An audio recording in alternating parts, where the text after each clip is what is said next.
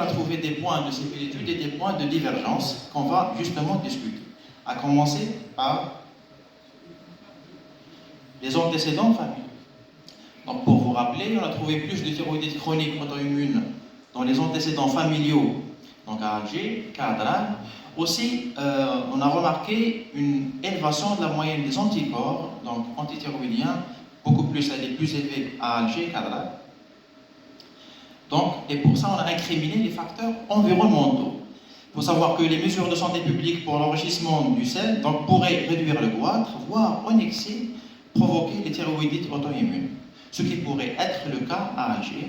Justement, il y a une étude donc, faite sur la prévalence de la thyroïdite auto-immune dans la ville d'Oran, chapeautée par le professeur Simoloni, qui a concerné 507 sujets, qui avaient une médiane d'iode à 131,2 mg par jour et qui prouve la chose suivante, que le statut optimal iodé est positivement corrélé aux thyroïdites chroniques auto-immunes.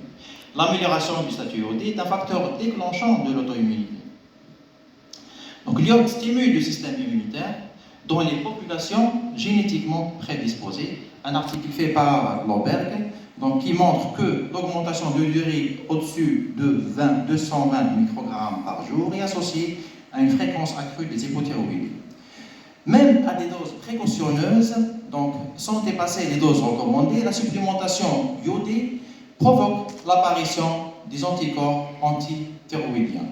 Donc, dans un article fait par Peterson, on a comparé deux groupes. L'un avait donc une iodurie aux alentours de 61 microgrammes et le deuxième groupe avait une iodurie aux alentours de 100 microgrammes. Donc, dans le premier groupe, avait des anticorps antithyroïdiens anti-TPO à 30, donc à 30 milliunités, les anticorps anti-TG à 20. Dans le groupe qui avait une iodurie élevée, normale, pour un apport iodé normal à 101, donc il y avait des anticorps anti-TPO donc, qui sont de 80 et des anticorps anti-TG à 49, avec une conclusion. Donc l'élévation des anticorps anti-TPO et anti-TG avait duré 4 à 5 ans, donc, et surtout chez les femmes qui avaient des anticorps antithyroïdiens un peu normaux ou bas. L'alimentation serait un deuxième facteur important. La différence dans l'alimentation peut influencer l'apparition de certaines pathologies thyroïdiennes dans la thyroïdite auto-immune.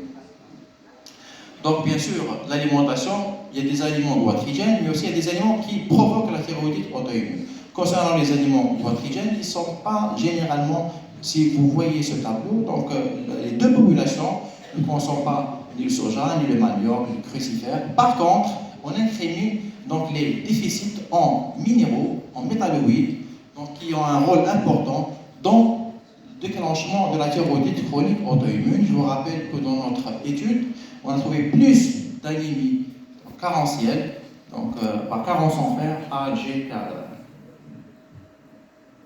La sensibilisation médicale.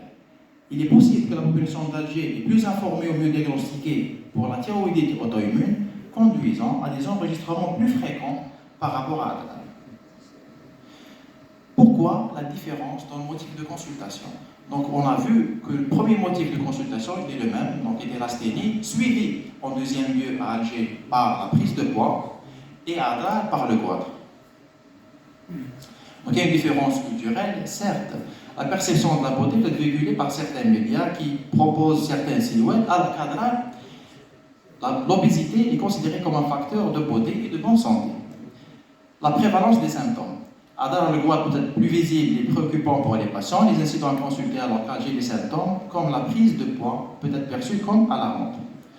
Connaissance et sensibilisation. Les patients âgés, bien sûr, sont plus informés des signes de l'hypothyroïdie, conduisant à des consultations pour des symptômes mineurs, précoces et subtils.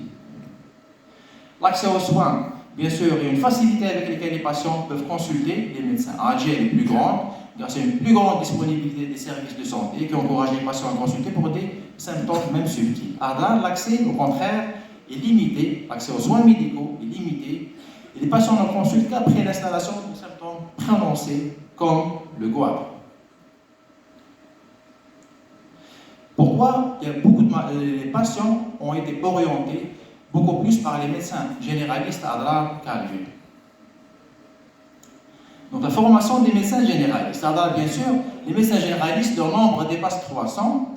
Pour, à titre d'information, il y a 40 polycliniques à Adrar, donc, et les environs, les ressorts. Il y a des EPH, donc au nombre de 6 quand même. Et les médecins généralistes sont la première ligne, bien sûr, donc, de défense. Et ils sont habitués à détecter et à orienter vers l'endocrinologue. Et peut-être que les généralistes, les médecins généralistes ici à Alger, sont formés, ils ont reçu des formations pour prendre en charge les thyroïdites chroniques auto-immunes. L'accès aux spécialistes à Alger, grâce à une disponibilité des spécialistes en endocrino, bien sûr, est meilleur. Alors les patients se réfèrent directement aux spécialistes pour une évaluation approfondie. Donc voilà, vous avez la liste des médecins. Le bilan d'auto-immunité, les anticorps anti-TPO, les anticorps anti-TG. Donc, si vous avez remarqué, donc il y a 73% seulement des patients à date qui ont fait le dosage des anticorps. Donc ceci est dû à l'obstacle du coût. Donc anticorps anti-TPO, anticorps anti-TG, c'est 2400 dinars. Si on rajoute TSH à T3, T4, on avoisine 6000 dinars, ce qui n'est pas à la portée de tout le monde.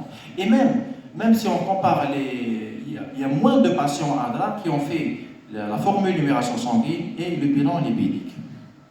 La moyenne des anticorps antithyroïdiens était élevée à Alger pour les raisons suscitées. L'obtention de l'euthyroïdie. Vous avez remarqué aussi qu'on a obtenu l'euthyroïdie rapidement à Alger, au bout de 3 mois, au même temps, il fallait 6 mois pour obtenir l'euthyroïdie à Adrar, donc ça a pris plus de temps. Donc ceci est dû à l'accès aux soins qui est difficile, les conditions socio-économiques précaires pour certains patients, l'éloignement des structures sanitaires et des difficultés de transport, donc des environs, des sols, l'éloignement des rendez-vous par manque de spécialistes, le manque de sensibilisation médicale, la mauvaise observance du traitement et l'irrégularité du suivi. Donc, vous avez remarqué aussi qu'on a obtenu les grossesses à Alger précocement et on a obtenu à Adrar plus de grossesses, mais il fallait un délai donc plus important. Ceci est dû à l'accès aux soins toujours et à la sensibilisation médicale qui explique la réponse rapide au traitement. Concernant l'adhésion au traitement, il semble que les patients d'Adrar ont ou avaient une meilleure adhésion au traitement sur une période plus longue.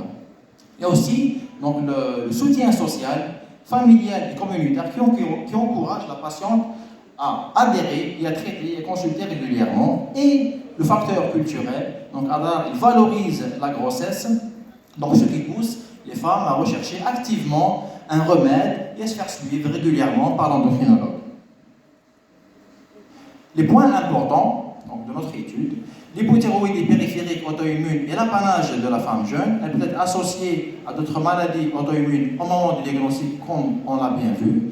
Les motifs de consultation peuvent varier d'une personne à une autre, voire même d'une région à une autre, et dépendent de plusieurs facteurs environnementaux, économiques et sociaux. La différence de l'obtention de l'hétérothyroïdie entre les deux régions peut être expliquée par la mauvaise observance du traitement et l'irrégularité du suivi retrouvée dans la région d'Adrar.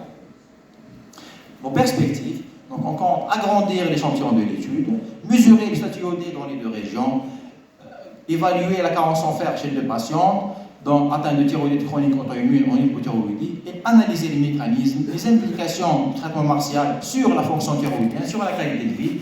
Et on compte aussi comparer les taux de grossesse chez les patients en thyroïdite chronique auto-immune en hypothyroïdie et évaluer les causes de cette disparité, de cette différence de résultats entre les deux régions. Et je vous remercie.